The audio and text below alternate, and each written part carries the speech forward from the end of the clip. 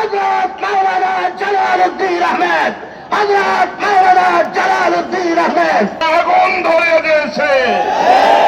আজকে এই সমাবেশ থেকে ভারতকে বলছি, অবিলম্বে এই দুই কুলাঙ্গারকে গ্রেফতার করে শাস্তি দিতে হবে, শাস্তি দিতে হবে। অন্যথায় ভারত খান খান টুকরো টুকরো হয়ে যাবে। আর আমাদের সরকারকে বলি, অবিলম্বে ভারতের রাষ্ট্রদূতকে ডেকে এর কড়া প্রতিবাদ করতে হবে। অন্যথায় দেশের মুসলমান জনগণ এর বিরুদ্ধে ব্যবস্থা গ্রহণ করবে। বাংলাদেশ কওমি মাদ্রাসা শিক্ষা বোর্ডের সংগ্রামী মহাসচিব মজলুম আলমগীর মুফতি মাহফুজুল হক কাসিমি।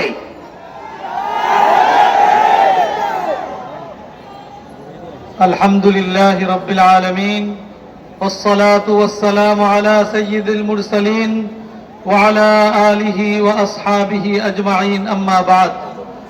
হেফাজতে ইসলাম বাংলাদেশ ঢাকা বিশ্বের যে কোনো প্রান্ত থেকে আমার হাবিব আল্লাহ রাসূলের ইজ্জতের উপর আঘাত করার অপচেষ্টা করবে, সেই অপচেষ্টাকারীর দাঁত ভেঙে দেওয়া হবে। আমরা স্পষ্ট ভাষায় বলতে চাই, আল্লাহ রাসূলের ইজ্জত রক্ষা করা আমাদের ইসলাম বাংলাদেশ নবীর ইজ্জতের জন্য 2013 সালে রক্ত দিয়েছে। আজকে আমরা বলে দিতে চাই, আবার যদি রক্ত দেওয়ার প্রয়োজন হয়, আবারও আমরা নবীর ইজ্জতের জন্য রক্ত দিতে প্রস্তুত আছি। সমাবেশে প্রধান অতিথির বক্তব্য দিবেন হেফাজতে ইসলাম বাংলাদেশের সংগ্রামী আজকের বিক্ষোভ সমাবেশের সংগ্রামী সভাপতি হযরত উলামায়ে কেরাম, হেফাজতে ইসলামের মুসলমানদের জীবন যেতে পারে, রসুলের ইজ্জত নিয়ে ছিনিমিনি খেলতে দেওয়া যাবে না। আমাদের আজকের এই সমাবেশ থেকে দাবি, রামগিরি মহারাজ আসলে মহাশয়তান। এই মহাশয়তান এবং যেই সংসদ তার পক্ষে বক্তব্য দিয়েছে, অনতিবিলম্বে এই দুইজনকে গ্রেফতার করে শাস্তির আওতায় আনতে হবে। আমাদের সরকারের কাছে দাবি, সরকারিভাবে অতি দ্রুত এই কটাক্ষকারী রাসূল সাল্লাল্লাহু আলাইহি ওয়াসাল্লামকে কটূক্তিকারীর বিরুদ্ধে ভারত সরকারের কাছে সরকারিভাবে প্রতিবাদ জানাতে হবে।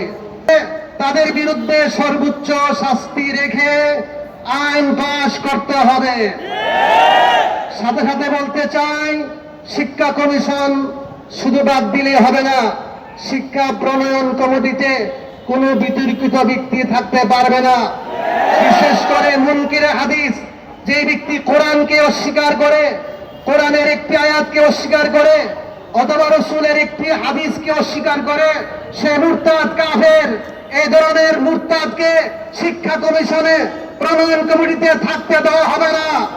অতি দ্রুত শিক্ষা মন্ত্রণালয়ের এই ব্যাপারে ব্যবস্থা গ্রহণ করবেন। আল্লাহ তাআলা আমাদের সবাইকে আজকের এই পাশাপাশি ভারত সরকারকে পরিষ্কার জানিয়ে দিতে চাই, আমরা প্রয়োজনে আমরা জীবন দিতে কারা কারা প্রস্তুত আছে। নাসরুম মিনাল্লাহ ওয়া ফাতহুন করিব। মাওলানা শরীফুল্লাহ করেছে, তারা কিন্তু কোনো অবস্থাতেই বসে নাই। তারা কিন্তু আগের থেকে অত্যন্ত গভীর ষড়যন্ত্রের মধ্যে লিপ্ত আছে। এই জন্য আমি আমাদের হাজার আলেম উলামাদেরকে জেল খাটিয়েছে, হত্যা করেছে, হাজার হাজার ছাত্রকে উলামায়ে কেরামদের নিহত করেছে। হুঁশিয়ারি উচ্চারণ করে জানিয়ে দিতে চাই, যদি অবিলম্বে এই কটূক্তিকারীদের শাস্তি না হয়,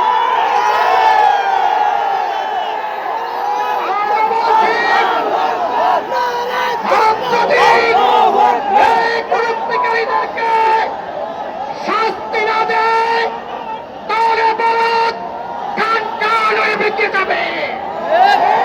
ভারত থেকে রক্ষা করতে পারবে না, ভারত কান কান হয়ে বেঁচে যাবে। আমরা পরিষ্কার ভাষায় বলছি, ভারতকে যদি ভালো সম্পর্ক রাখতে চান, তাহলে যারা বিশ্বনবীর প্রতি আঘাত করেছে তাদেরকে অবিলম্বে গ্রেফতার করে তাদের বিচার করতে হবে। মুফতি জুবায়ের আহমেদ।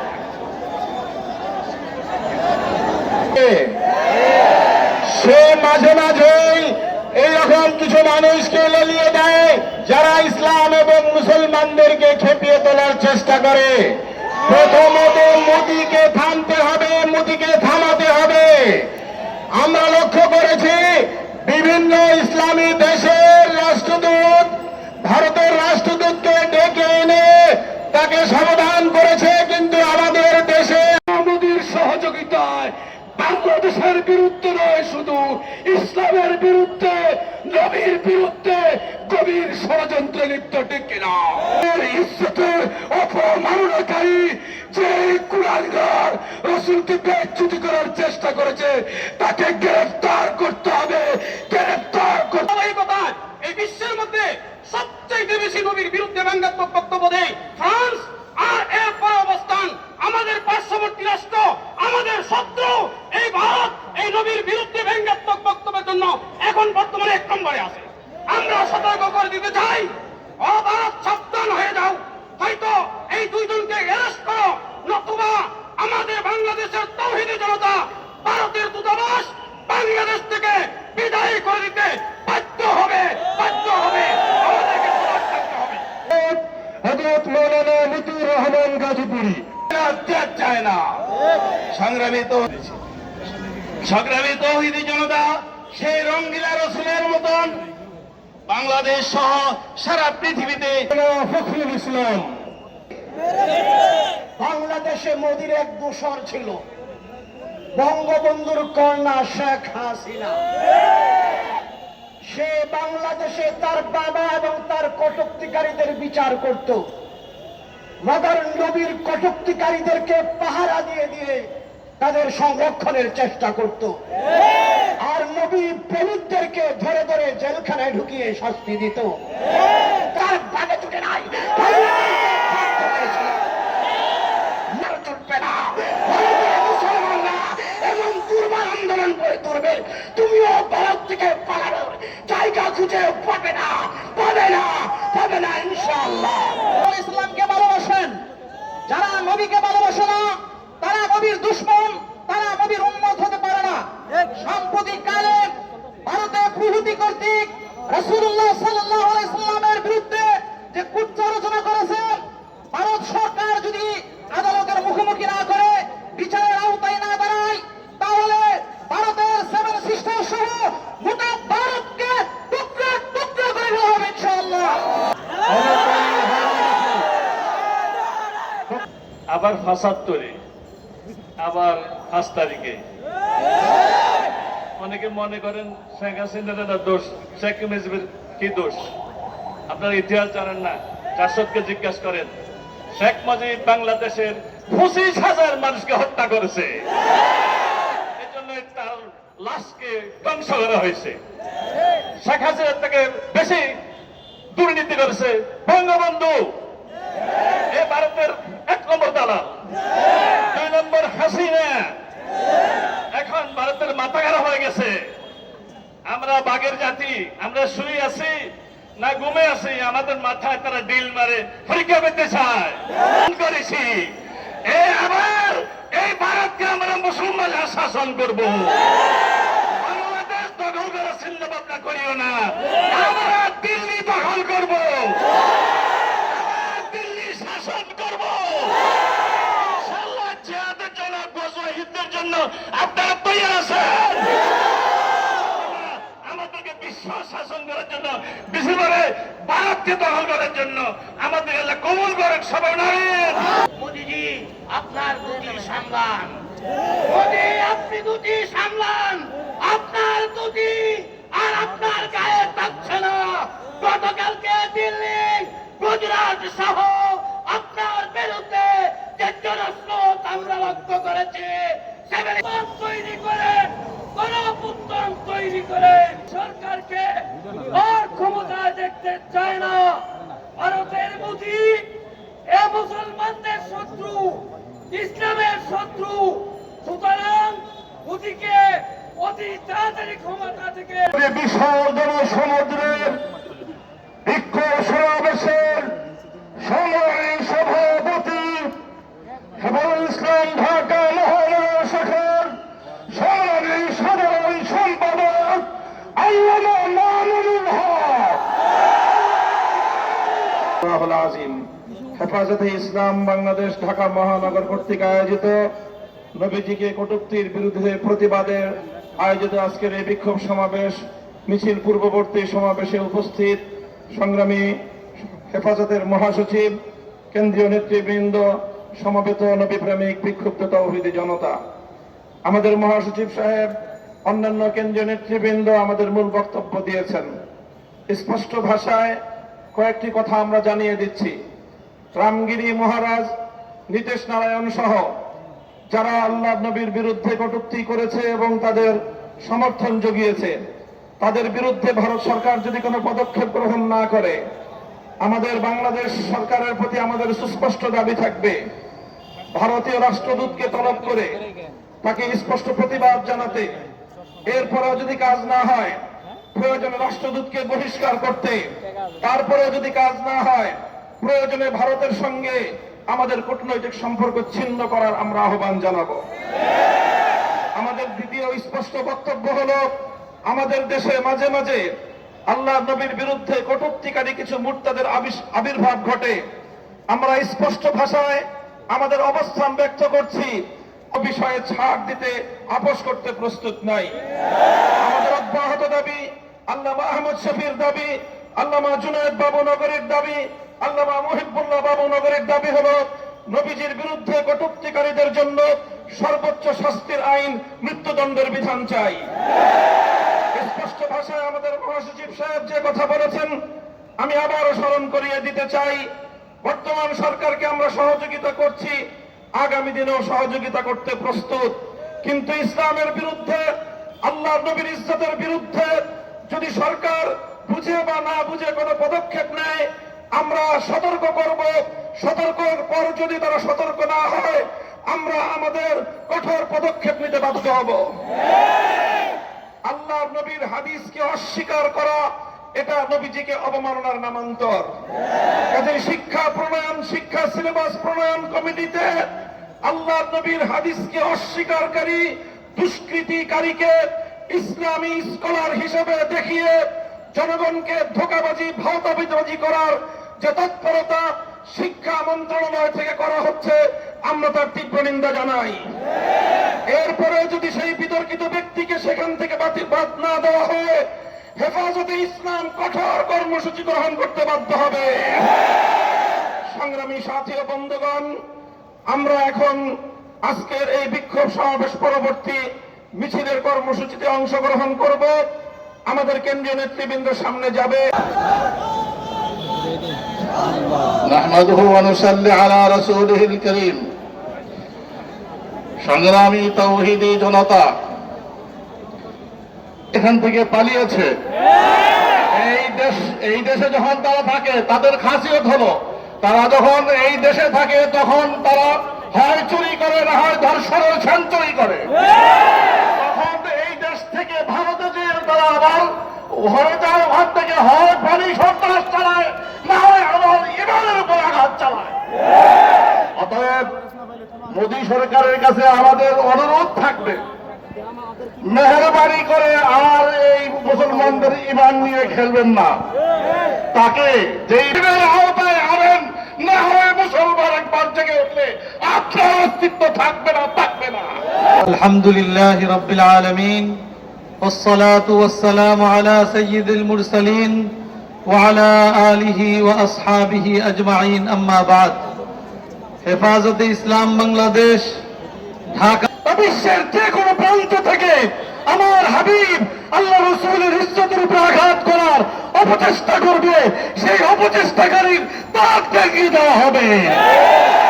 আমরা স্পষ্ট ভাষায় বলতে চাই, আল্লাহ রাসূলের ইজ্জত রক্ষা করা আমাদের ইসলাম বাংলাদেশ নবীর ইজ্জতের জন্য 2013 সালে রক্ত দিয়েছে। আজকে আমরা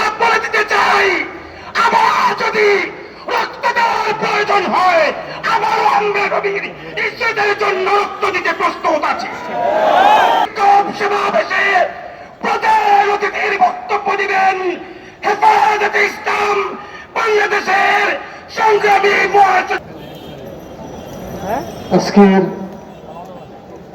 বিক্ষোভ সমাবেশের সংগ্রামী সভাপতি হযরত উলামায়ে কেরাম হেফাজতে ইসলামের মুসলমানদের জীবন যেতে পারে, রসুলের ইজ্জত নিয়ে ছিনিমিনি খেলতে দেওয়া যাবে না।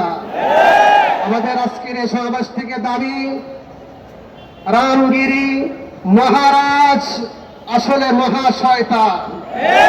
এই মহাশয়তান এবং যেই সাংসদ তার পক্ষে বক্তব্য দিয়েছে, অনতিবিলম্বে এই দুইজনকে গ্রেফতার করে শাস্তির আওতায় আনতে হবে।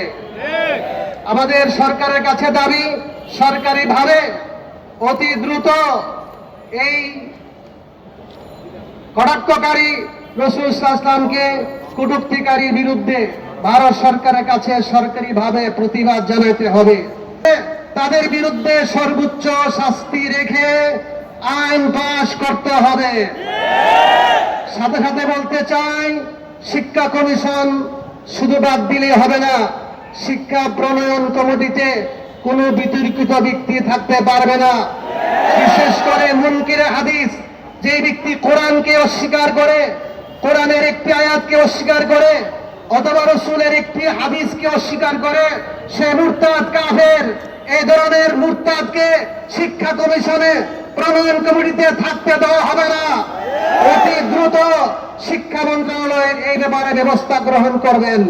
আল্লাহ তাআলা আমাদের সবাইকে আজকের এই হেফাজতে ইসলাম বাংলাদেশ ঢাকা মহানগর কর্তৃক আয়োজিত নবীজিকে কটূক্তির বিরুদ্ধে প্রতিবাদে আয়োজিত আজকের এই বিক্ষোভ সমাবেশ মিছিল পূর্ববর্তী সমাবেশে উপস্থিত সংগ্রামী হেফাজতের মহাসচিব, কেন্দ্রীয় নেতৃবৃন্দ, সমবেত নবীপ্রেমিক বিক্ষুব্ধ তাওহীদি জনতা, আমাদের মহাসচিব সাহেব, অন্যান্য কেন্দ্রীয় নেতৃবৃন্দ আমাদের মূল বক্তব্য দিয়েছেন।